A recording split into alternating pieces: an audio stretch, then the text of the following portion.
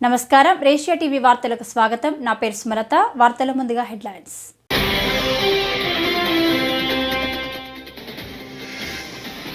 Fengal తుఫాన్ disaster response టీంలను సిద్ధం చేయాలన్న సీఎం చంద్రబాబు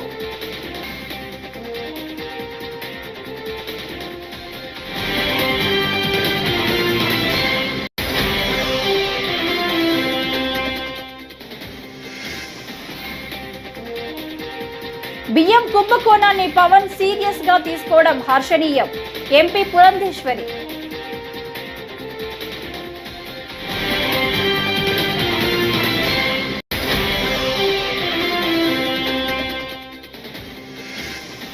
విద్యుత్ ఛార్జీలు పెంచి తమపై నిందలు మోపడం దారుణం అంటూ కూటమి సర్కార్ తీరుపై కాకాని గోవర్ధన్ రెడ్డి మండిపాటు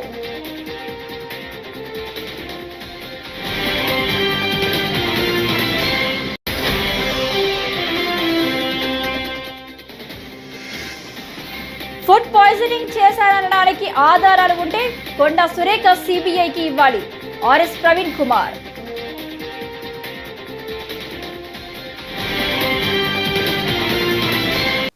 ఇక డీటెయిల్స్ చూస్తే గురుకులాల్లో ఫుడ్ పాయిజనింగ్ ఘటనల వెనుక తన హస్తం ఉందంటూ మంత్రి కొండా సురేఖ ఆరోపణలు చేశారని ఆధారాలు ఉంటే విచారణ కోసం సిబిఐకి ఇవ్వాలని బీఆర్ఎస్ నేత ఆర్ఎస్ ప్రవీణ్ కుమార్ డిమాండ్ చేశారు.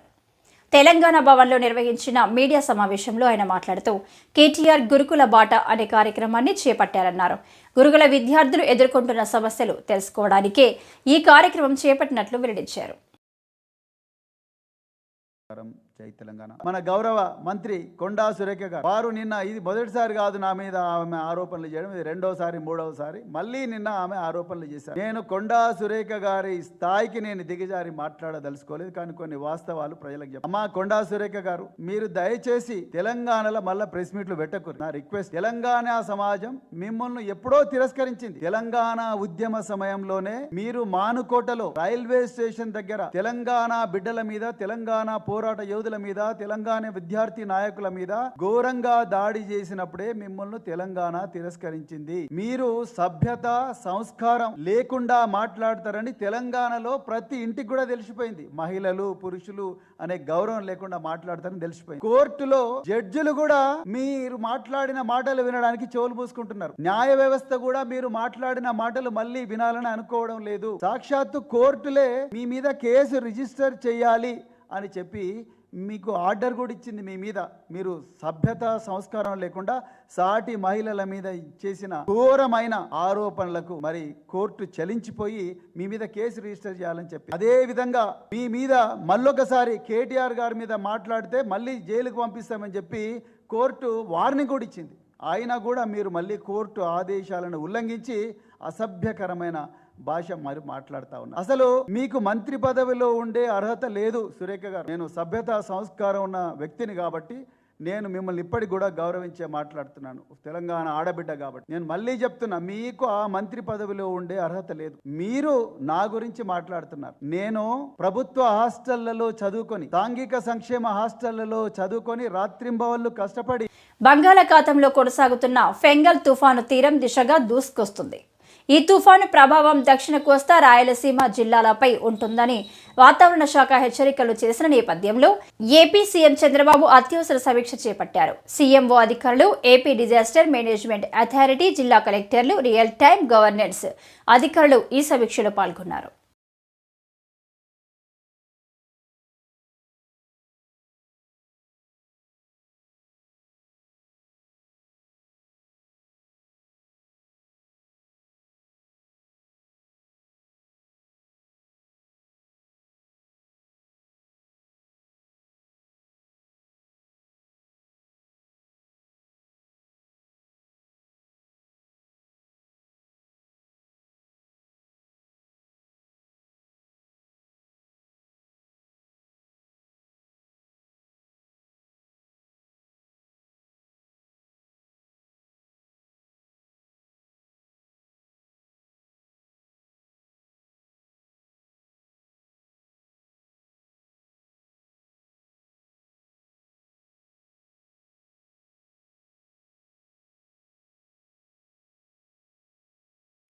రేషన్ బియ్యం అక్రమ రవాణాలో వైకాపా నేతల ప్రమేయం ఉన్నందునే డిప్యూటీ సీఎం పవన్ కళ్యాణ్ అంతర్జాతీయ స్మగ్లింగ్గా అభివర్ణించారని ఎంపీ పురంధేశ్వరి అన్నారు. బియ్యం కుంభకోణాన్ని పవన్ సీరియస్గా తీసుకోవడాన్ని ఆమె స్వాగతించారు. విజయవాడలో నిర్వహించిన సంఘటన్ పర్వ్ 2024 రాష్ట్ర స్థాయి కార్యశాలలో భాజపా నేతలతో కలిసి ఆమె పాల్గొన్నారు. రాష్ట్ర అభివృద్ధికి కేంద్రం నిధులిచ్చి ఆదుకుంటుందని కృతజ్ఞతలు తెలిపారు. We are seeing an international smuggling of PDS rice. అనేక విషయాలు ఇప్పుడు ఇంటర్నేషనల్ గా కూడా క్వశ్చన్స్ రేజ్ చేస్తున్నారు కనుక వాటన్నిటిని దృష్టిలో పెట్టుకుని పవన్ కళ్యాణ్ గారు it may turn out to be an international issue అని చెప్పడంలో ఎటువంటి అతిశయోక్తి లేదు. మనం ఎవరం కూడా ఇదేదో వారేదో మాట్లాడేశారు అనుకోవటానికి కూడా లేదు. మనం చూస్తున్నాం నాదెండ్ల మనోహర్ గారు సివిల్ సప్లైస్ మినిస్టర్ గా అనేక గోడౌన్ల మీద వారు ఇన్స్పెక్షన్ చేయటం, పెద్ద ఎత్తున అక్కడ PDS రైస్ దొరకటం, వాటన్నిటినీ కూడా ఇంచుమించుగా కాకినాడ పోర్టు నుండి వారు అక్కడ నుండి తరలించేస్తున్నారు అనేటువంటి విషయం ఇవన్నీ కూడా మనం చూసాం. అయితే గత ప్రభుత్వంతో అధికారంలో ఉన్నటువంటి పార్టీతో సంబంధం ఉన్నటువంటి నాయకుల పేర్లు ముడిపడి ఉన్నటువంటి విషయాన్ని మనం ఇక్కడ గమనించాలి.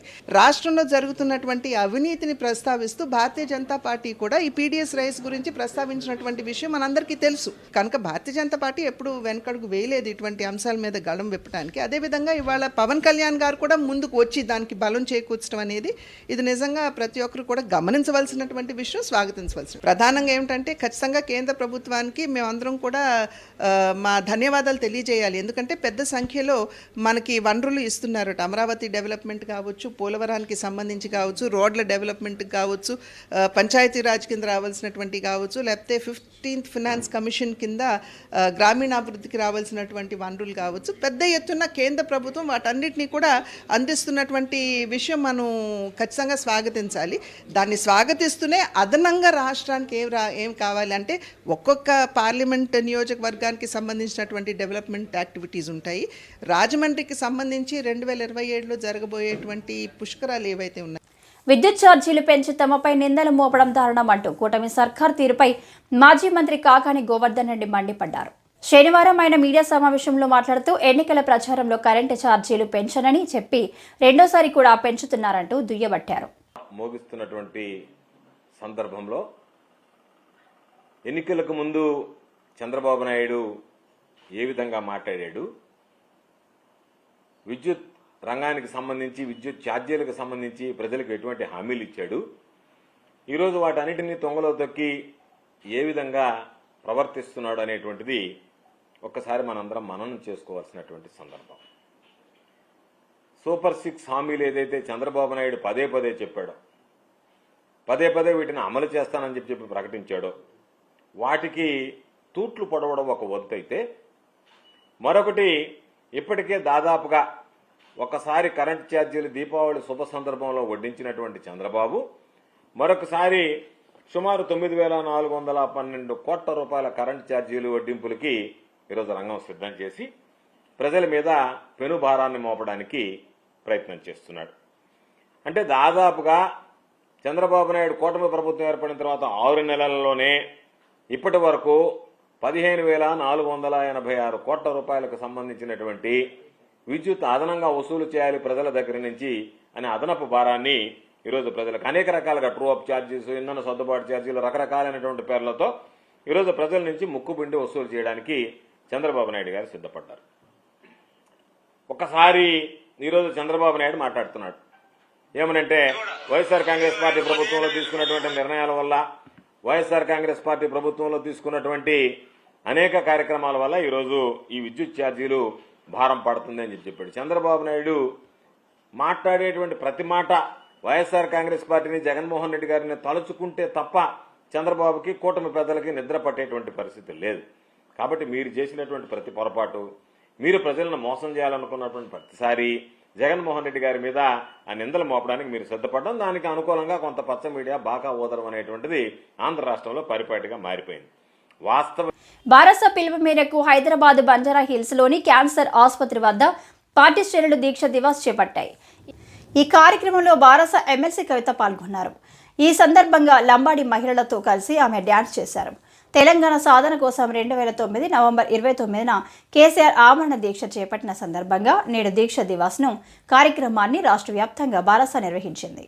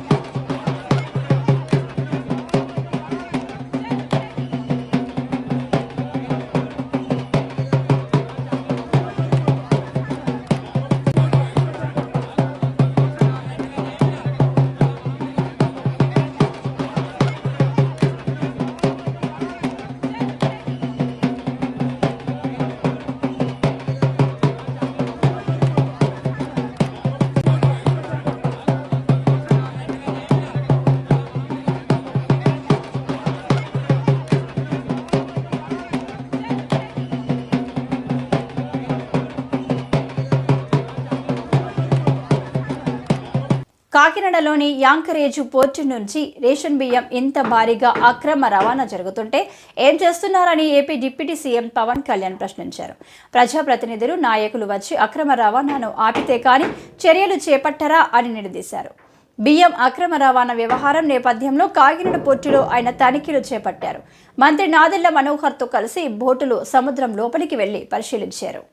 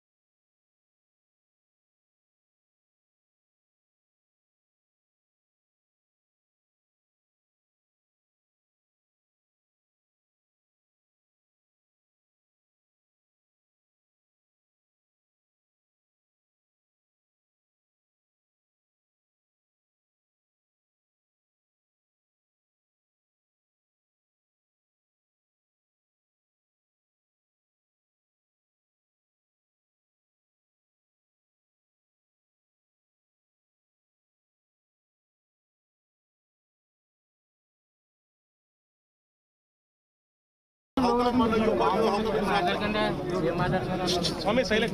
Minister, Honorable Minister is saying that like it's been going on, smuggling is going on. How come it didn't come under your purview? How come? Why, sir? Okay, మీరు కేసెస్ రిజిస్టర్ చేశారు, మళ్ళీ ఎట్లా అవుతుంది? మీరు బాధ్యత వహిస్తా, మీరు వదిలేస్తారు ఇవన్నీ. ఎక్సెస్ అనుకుంటారు కదా, మీరు కూడా వదిలేస్తారు. సివిల్ సప్లై చార్జ్ తీసుకున్నప్పుడు చెప్తాను.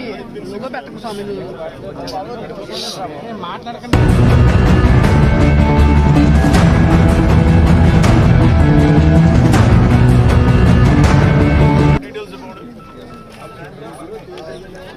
మషీ ట్రేడింగ్ కంపెనీ ఎవరిది? మన ఏముంటుంది, ఏ కంపెనీ మీద స్టార్ట్ చేశారండి? రాష్ట్రంలో గిట్టుబాటు ధరకు రైతుల నుంచి ధాన్యంను కొనుగోలు చేయడంలో కూటమి ప్రభుత్వం విఫలమైందని మాజీ మంత్రి కారుమూరి నాగేశ్వరరావు మండిపడ్డారు. కమిషన్ల కక్కుర్తితో ధాన్యం కొనుగోళ్లను పూర్తిగా దళారుల పాలు చేశారని ఆయన ఆగ్రహం వ్యక్తం చేశారు. ప్రభుత్వం పట్టించుకోకపోవడం, అధికారులు నిర్లక్ష్యంగా వ్యవహరిస్తుండటంతో ధాన్యం పండించిన రైతుల గోడు అరణ్య రోదనగా మారిందని ఆవేదన వ్యక్తం చేశారు.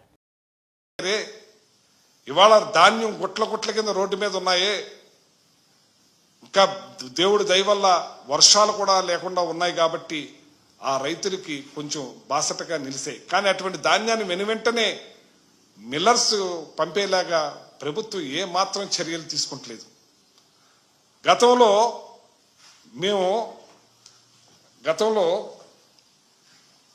జియోట్యాగ్ ఏర్పాటు చేసి ఆర్బీకే నుంచి లారీ ఎక్కడికి వెళ్తుంది, ఎక్కడి నుంచి ఎట్టు వెళ్తుందని చెప్పి దాని మానిటరింగ్ ఆఫీస్ కూడా భారతదేశంలో ఏ సివిల్ సప్లై ఆఫీసులో లేనట్టుగా అన్ని ఏర్పాటు చేశాం. ఇవాళ జియోట్యాగ్ని తీసేశారు. అది ఎక్కడికి వెళ్తుందో తెలియని పరిస్థితి. తీయవలసిన అవసరం ఏంటని అడుగుతున్నాను నేను. అంటే ఇది ఏ ఉద్దేశం మీద తీసేశారు? ఈ వ్యవస్థ భారతదేశంలో లేని ఆంధ్ర రాష్ట్రంలోనే ఇది కొనసాగిస్తున్నాం. ఈ సిస్టాన్ని మీరు తీయవలసిన అవసరం ఏంటి? కమిషన్ల కోసం అని నేను అడుగుతున్నారు అందరూ. చాలా మంది 10% కమిషన్లు అంటున్నారు. మరి ఇది గమనించాలి మీరు. 75 కేజీల బస్తాకు 325 రూపాయలు పెద్ద ఎత్తున నష్టపోతా ఉన్నారు.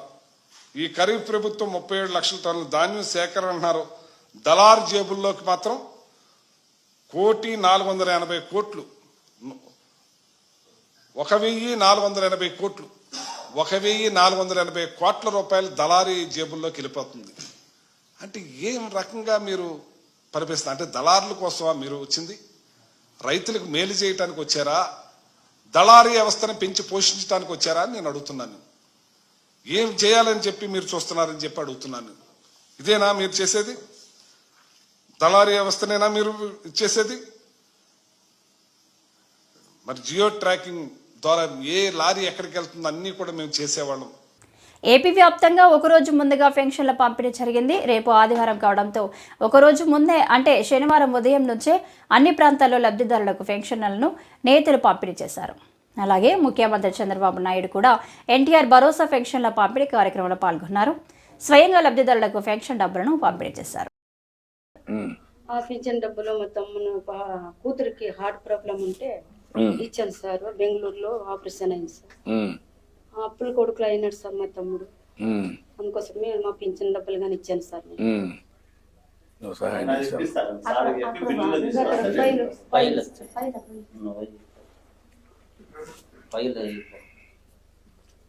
సార్ చూపు ఆ బిల్లులో నేను తీసుకుంటాను.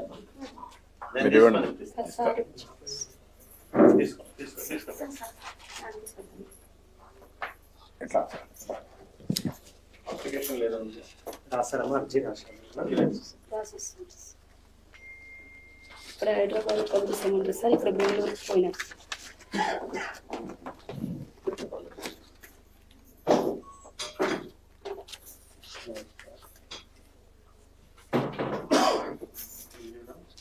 ఎంత ఇచ్చారమ్మా బిల్లు? 2,80,000 సార్.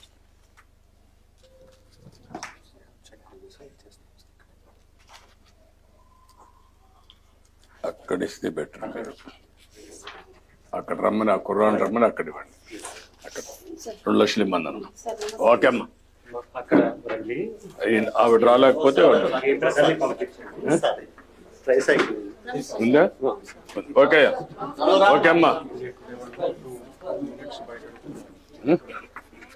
ఇప్పుడు కాదు.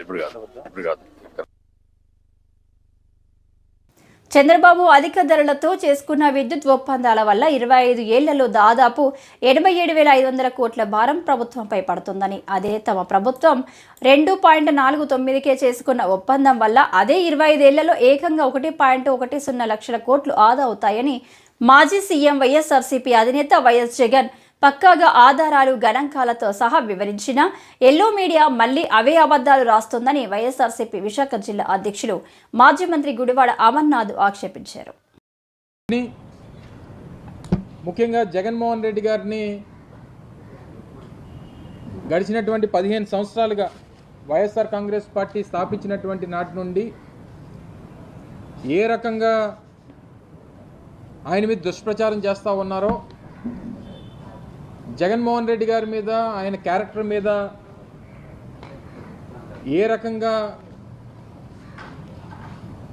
వారు అవినీతి ఆరోపణలు చేస్తూ వారు చేస్తున్నటువంటి దుష్ప్రచారం ఒక మోడస్ ఆపరెండిగా కొనసాగిస్తున్నటువంటి సందర్భాల్లో ఇప్పటికీ కూడా దాన్ని కొనసాగించేటువంటి ప్రయత్నంలో భాగంగా గడిచినటువంటి వారం రోజులుగా అదానీ సంస్థతో రాష్ట్ర ప్రభుత్వం, ఆ రోజు వైఎస్ఆర్ కాంగ్రెస్ పార్టీ ప్రభుత్వం ఏదో ఒప్పందం చేసుకున్నటువంటి దానికి అదానీ దగ్గర మేము లంచాలు తీసుకున్నట్టు, దానికి సంబంధించి ఎక్కడో అమెరికా లాంటి దేశంలో ఎక్కడో ఎవరో ఆరోపణ చేస్తే దాని మీద పూర్తిగా జగన్మోహన్ రెడ్డి గారిని డిఫేమ్ చేసేటువంటి విధంగా జగన్మోహన్ రెడ్డి గారి మీద చేస్తున్నటువంటి దుష్ప్రచారాన్ని తీవ్రంగా ఖండిస్తూ అనేక సందర్భాల్లో మేము మాట్లాడాం. నిన్న స్వయంగా జగన్మోహన్ రెడ్డి గారే ప్రజల ముందుకు వచ్చి, ఆ రోజు మేము ప్రభుత్వంలో ఉన్నప్పుడు మాకు వచ్చినటువంటి కేంద్ర ప్రభుత్వానికి సంబంధించినటువంటి సంస్థల నుంచి వచ్చినటువంటి ఆఫర్స్ని రాష్ట్ర ప్రభుత్వంగా మేము తీసుకోవాల్సినటువంటి నిర్ణయాన్ని తిరుచానూరు శ్రీ పద్మావతి అమ్మవారి కార్తీక బ్రహ్మోత్సవాల్లో 3వ రోజైన శనివారం ఉదయం ముత్యపు పందిరి వాహనంపై శ్రీ ఆదిలక్ష్మి అలంకారంలో అమ్మవారు భక్తులకు అభయమిచ్చారు. హవన సేవలో భక్తులు అడుగడుగున కర్పూర హారతులు సమర్పించి అమ్మవారిని సేవించుకున్నారు. తెల్లని చల్లని ముత్యపు పందిరిపై ఊరేగుతున్న అలవేలు మంగను సేవించిన భక్తులకు తాపత్రయాలు తొలగి కైవల్యం చేకూరుతుందని విశ్వాసం. కింద ఆ తల్లి అతి కోమలమైనటువంటి ఆ శరీరం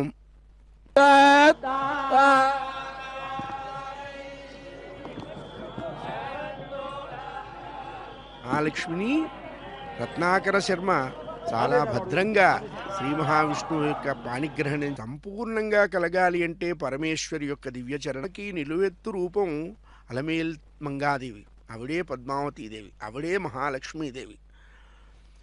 ఆ ఆదిలక్ష్మీ స్వరూపమైనటువంటి పద్మావతీదేవి అయినా దుర్మార్గుడైనా చెడ్డవాడైనా వాడి యందు ప్రేమ మిగతా వాళ్ళ మీద ఉన్నట్టే సమంగా రహితులు నిస్వార్థ సేవా పరాయణత్వంతో ప్రకాశించే వారి యందు ఎప్పుడూ మహాలక్ష్మి వస్తూ ఒక్కటే. మరి ఇన్ని అవతారాలు ఎందుకు ధరించింది ఆ తల్లి అంటే జీవులు వాళ్ళ యొక్క ఉపాసనా యోగ్యతల వల్ల ఈశ్వరి ఇన్ని రూపాలు ధరించింది. ఎందుకు ధరించింది అన్నారు, జీవులను ఉద్ధరించడం కోసమయ్యా. తల్లి ఒక సమయంలో చిన్నపిల్లవాడికి తల్లిగా ఉంటుంది కత్తే.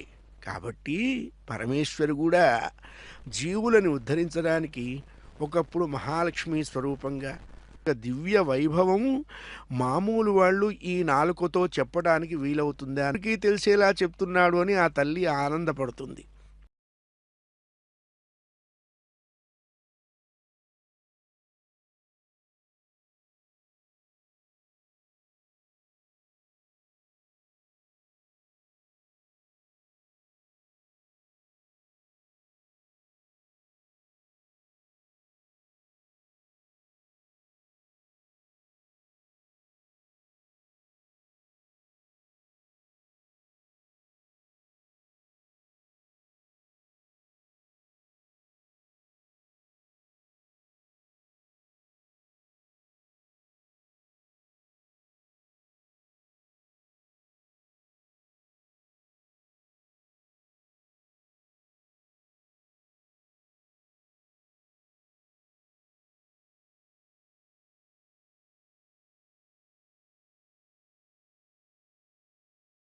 ఫెంగల్ తుఫాన్ వలన వర్షం పడి అన్నదాతలు ఇబ్బందులు పడుతున్నారని, కల్లాల్లోని ధాన్యాన్ని వెంటనే మిల్లులకు తరలించాలని ఆంధ్రప్రదేశ్ రైతు సంఘం జిల్లా అధ్యక్ష కార్యదర్శులు కట్ట భాస్కరరావు కె శ్రీనివాస్ కోరారు.